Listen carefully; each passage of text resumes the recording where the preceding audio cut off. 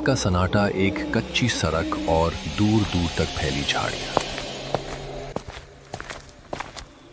ओ भैया, इतनी रात को आप कहाँ जा रहे हैं? वह भी इस जंगल के रास्ते से। आप यहाँ नए हैं क्या? हाँ भाई, नया ही समझ लीजिए। हम अपने ससुराल जा रहे हैं, शीतलापुर। बस थोड़ा लेट हो गई थी तो सोचा पैदल ही चल लूं। क्या इस रास्ता से, वह भी इस टाइम? भाई आप होश में है ना? ये रास्ता शीतलापुर जरूर जाता है, पर शाम होने के बाद जो भी इस रास्ते से गया वह कभी वापस नहीं आता। अरे भाई साहब, आप तो डरा रहे हैं। शहर में तो हम रात को 2-2 बजे तक घूमते हैं। ये जंगल है कोई भूत का डेरा थोड़ी ना, बस थोड़ा अंधेरा है। देखिए, आप हमारे गांव का मेहमान हैं, तो इसके नाते से आप मेरे भी मेहमान हुए। मेहमान को मुसीबत में डालना हमारा संस्कार नहीं है। ये रास्ता दिन में तो जैसे तैसे कट जाता है, पर सूरज ढलते हैं यहाँ परिंदा भी पर मरने से थरथर आते हैं। आप आज की रात हमारे इस दुकान पर रुक जाइए। जब कभी ज्यादा रात हो जाती है तो हम भी यही रुक जाते हैं। भाई साहब, आपका शुक्रिया, लेकिन मुझे आज ही पहुंचना पड़ेगा। मेरी पत्नी और ससुराल वाले इंतजार कर रहे होंगे। अगर आपको भी डर लग रहा हो तो चलिए मेरे साथ, हम दोनों साथ रहेंगे तो हिम्मत भी बनी रहेगी। घर नहीं जाते ना बाबू, ना आप हमारे बात की गहराइयां नहीं समझ रहे हैं। बात अकेले या दो होने की नहीं है। उस रास्ते में जो रहता है वह कोई इंसान नहीं है। उसे भीड़ से डर नहीं लगता। उसे तो बस अपनी तालाब मिटानी होती है। मेरी बात मानिए, बस एक रात की तो बात है। सुबह होते ही हम खुद आपको छोड़कर आएंगे। नहीं भाई, आप रुके। अगर हम आज नहीं पहुंचे तो ससुराल में सब बुरा मान जाएंगे। हमारी पत्नी राधा और ससुर जी आंखें बिछाए बैठे होंगे। वैसे भी हम भूत प्रेत पर विश्वास नहीं रखते। हम 30 वर्ष के हो गए। अगर भूत होता तो अब तक हमसे मुलाकात क्यों नहीं किया? यह सब आप लोगों की मन का बहम है। चलिए, अब हम चलते हैं और हम दो कहेंगे। आप भी यह डर वर छोड़िए। ठीक है बाबू, जैसी आपकी मर्जी, पर एक बात गांठ बांध लीजिए। अगर जा ही रहे हैं तो रास्ते में कोई भी आवाज सुनाई दे तो उसको जवाब मत दीजिएगा। अगर कोई पीछे से पुकारे तो खबरदार जो पीछे मुड़कर देखे। बस चलते रहिएगा। सीधे ससुराल के दरवाजे पर ही दम लीजिएगा। क्या भैया, आप भी ना पता नहीं कौन सा जमाना में जी रहे हैं। चलिए, फिर भी ध्यान में रखेंगे आपकी बातों का। मनीष मनी मन खुद से बातें करने लगा ताकि उसका डर कम हो सके। यह लोग भी गांव में बैठकर दिन भर गप्पे मारता है। लो, अगर भूत होता तो आजकल के जमाने में यूट्यूब पर लाइव नहीं आ जाता। बस 15 से 20 मिनट और फिर गर्मा गर्म लिट्टी चोखा खाएंगे। अचानक पत्तों की सरसराने की आवाज आती है। मनीष के कदम लड़खड़ाने लगते हैं। उसे महसूस होता है जैसे उसके बिल्कुल पीछे कोई नंगे पैर चल रहा है। वो तेज चलता है तो पीछे वाला आहट भी तेज हो जाती है। वो रुकता है तो आवाज भी रुक जाती है। कौन है? कोई है क्या? देखो, अगर मजाक कर रहे हो तो बता दो, हम डरने वाले नहीं हैं। ओ भैया, एक ठो बीड़ी मिलेगी क्या? मनीष के शरीर का खून जैसे बर्फ हो जाता है। ये आवाज उसके कान के एकदम पास थी। वो वही जम जाता है। दुकानदार की बात उसके कानों में हथौड़ी की तरह बजने लगते हैं। अगर कोई पीछे से पुकारे तो खबरदार जो पीछे मुड़कर देखे। बस चलते रहिएगा। सीधे ससुराल के दरवाजे पर ही दम लीजिएगा। दे दो ना एक बीड़ी। पर डर इंसानों से वो करवाता है जो मौत के करीब ले जाए।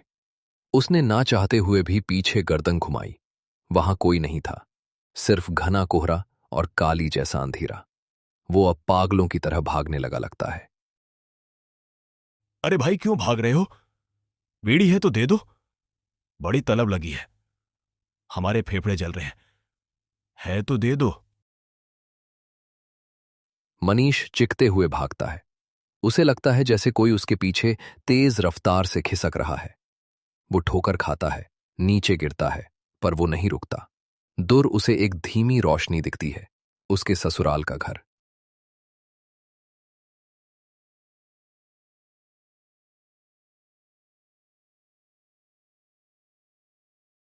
अरे दामाद जी, हे भगवान, ये क्या हाल बना लिए हैं आप? कहीं वही जंगल वाले रास्ते से नहीं आए हैं ना? हाँ ससुर जी, रास्ता छोटा था, हम आ गए। कोई बात नहीं, थोड़ा सा डर लगा था। बस देखिए, हम सही सलामत पहुंच गए। ये क्या अनर्थ कर दिए दामाद जी। हम चिट्ठी में साफ साफ लिखे थे कि शाम ढलते ही उस रास्ते की तरफ झांकना भी मत। बेटी कोमल, जल्दी से आरती की थाली लावो और दामाद जी की नजर उतारो। घर के चारों कोने में गंगा जल छिड़को, अनिष्ट का साया लग रहा है। अरे छोड़िए ना ससुर जी, हम शहर के पढ़े लिखे लोग टोटका ओटका छोड़िए। हमको बहुत जोरों की भूख लगी है। पेट में चूहे नहीं, हाथी कूद रहे हैं। जल्दी से खाना खिलाए। सब मिलकर खाना खाते हैं।